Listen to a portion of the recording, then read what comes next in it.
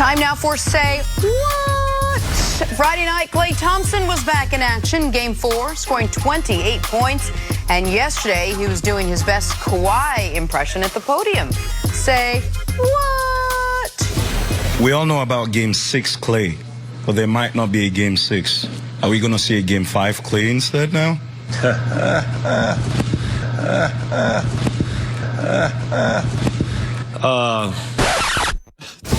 Do you think that was intentional?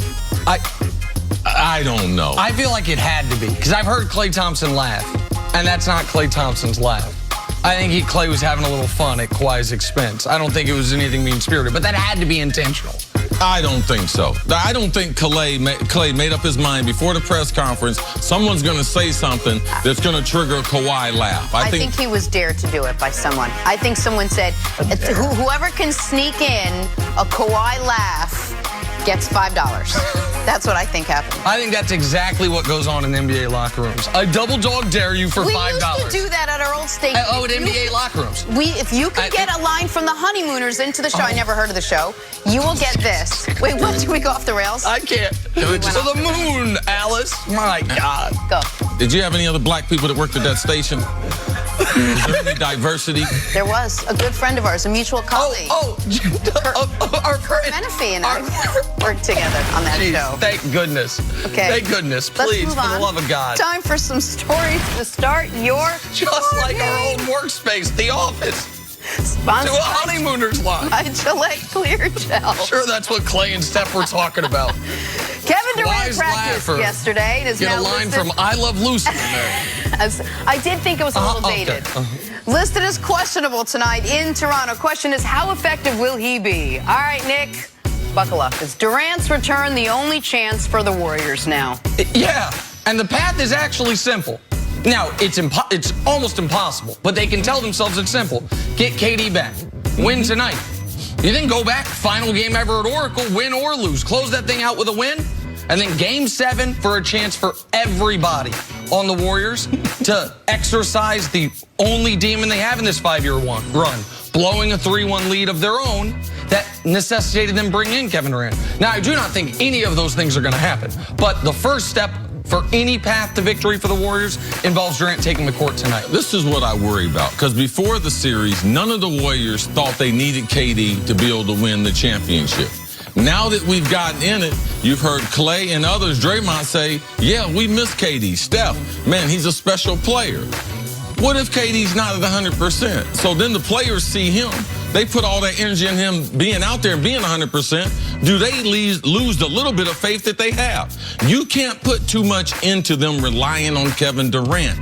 They know he's not practiced. He's only going to be a shell of himself. So I worry about the mental state of the Warriors if they don't see him on the court at 100%. All right, well then, with KD questionable and Klay Thompson working his way back from injury, the brunt of that work now falls to Steph Curry.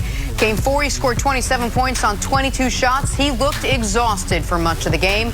Warriors now sit on the brink of elimination tonight. Nick, what do they need from Steph if they're going to win Game 5? I mean, not quite Game 3, Steph, but close to it. And keep in mind, in Game 3, they got Game 3, Steph, and they still lost that game. But, I mean, yeah, this is what happens at times, and there are other guys we have heavily criticized for this. But in the NBA Finals, where in one game you unload the clip, so to speak, that wears on you for the next game, because Steph did look tired. He did look fatigued. He didn't look like he had the legs under him that he had in Game 3. The only one day of rest between the only time in the series where you have to play 2 games in 3 days came at a rough time for the Warriors and for Steph. But what do they need from Steph?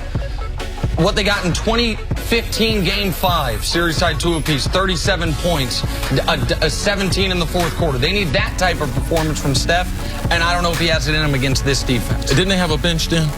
They did have a bench, though. Oh, okay. So even if Steph goes off like he did in game number 3, because they don't have a bench and because they're bigs, that means their center and their forwards aren't playing well, it's hard for them to be able to win. So even if Steph has a historic game, the other guys don't have confidence shooting, and you have to be able to make shots. Outside of Klay and outside of Steph, who else is going to be able to make shots and with a big show up? That's been a huge problem.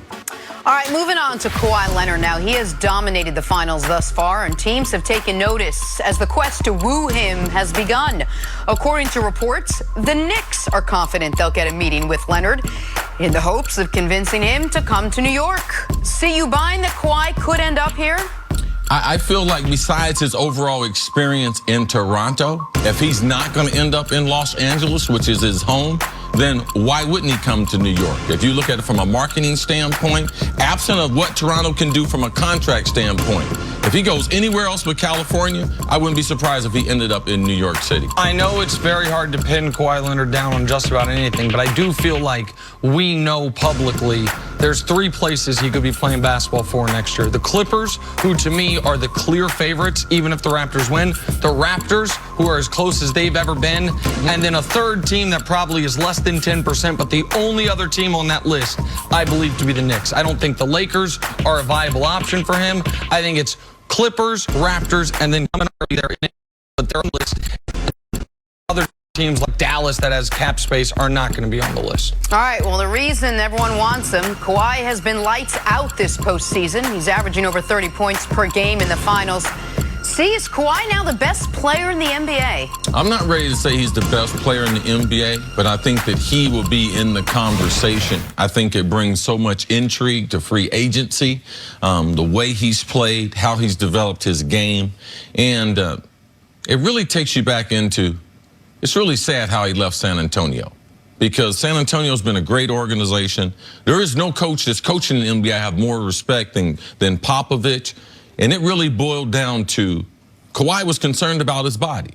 Now, behind the scenes, the Spurs did ask him. They weren't going to max him out. They did ask him to take a reduction compared to a max contract. So that was one of the things that I haven't talked about, because that wasn't a priority. Because he still might have stayed there if they didn't have the problem from a medical standpoint. So for me to see Kawhi back playing the type of basketball, because he's not about the fanfare. He's about getting to the gym, working on his game.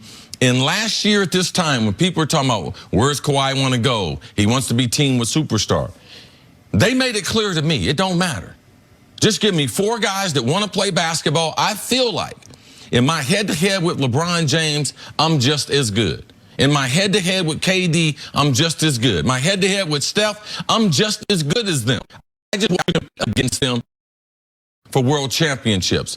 And that's what he has. So I'm happy for him. I know the type of person he is. And regardless of what, if you're vocal or not, when people say mean things about you that aren't true, they're hurtful. And what happened to Kawhi? It hurt him. But he turned it into fuel to make him a better player, because he knew that it was not true. He wasn't trying to force his way out of San Antonio until they told him that he should be out there playing and didn't believe him personally. That's when everything went haywire there for the Spurs. If I'm going to be fair here, going into the playoffs, we said there were guys who were eligible to grasp that golden ring, so to speak, if they led their teams to a championship, and if the team won the championship based in large part to their individual excellence. Giannis was on that list. James Harden list. James Harden, who no one ever wants to give any respect to, was on that list. Kevin Durant and Steph Curry were in a tougher spot because they were going to have to be individually exceptional to stand out from the other person. They were on that list. And Kawhi Leonard was on that list.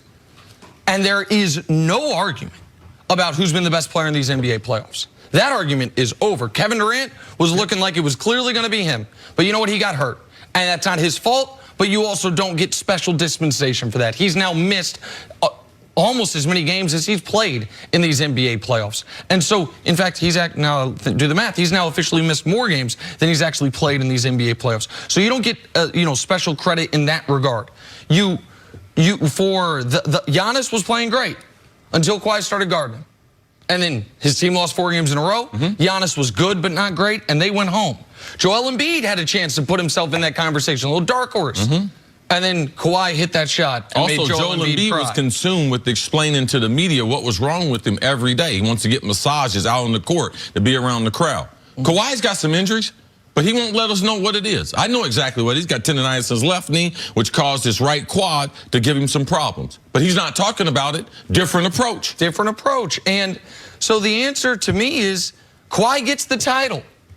And do I believe that Kawhi's better than LeBron right now? I don't. But LeBron's not playing.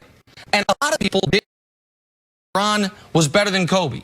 But Kobe's team went home in the first round, and LeBron took a group of guys to the NBA Finals. So guess what? LeBron, for the first time ever, took the title right then and has held it up until this very moment today. But that title might be handed off, figuratively, in about 12 hours to Kawhi Leonard because he's earned it. Now, other guys can try to wrestle it back, and we could have a very interesting dynamic if and when KD leaves of all these guys having their own teams with similar supporting casts go fight for it. But if you lead this team to the NBA Finals with an excellent supporting cast, but not another superstar, with no championship history because of how great you've been, that's how this thing works in the NBA. Even if it's an unlikely candidate, you get to be the guy. Kawhi Leonard, a 15th overall pick of a draft on his second team after having his name drawn through the mud, 9 months after all that, gets to be the best player in the world from the public perspective if they finish it off tonight. And if not, they'll have a chance on Thursday. And if not, they'll have a chance on Sunday. He's got 3 bites at the apple, and I'd be shocked at this point if they don't make at least one of them count. All right, well, then let's move from there to the other side of the finals with the Golden State Warriors, who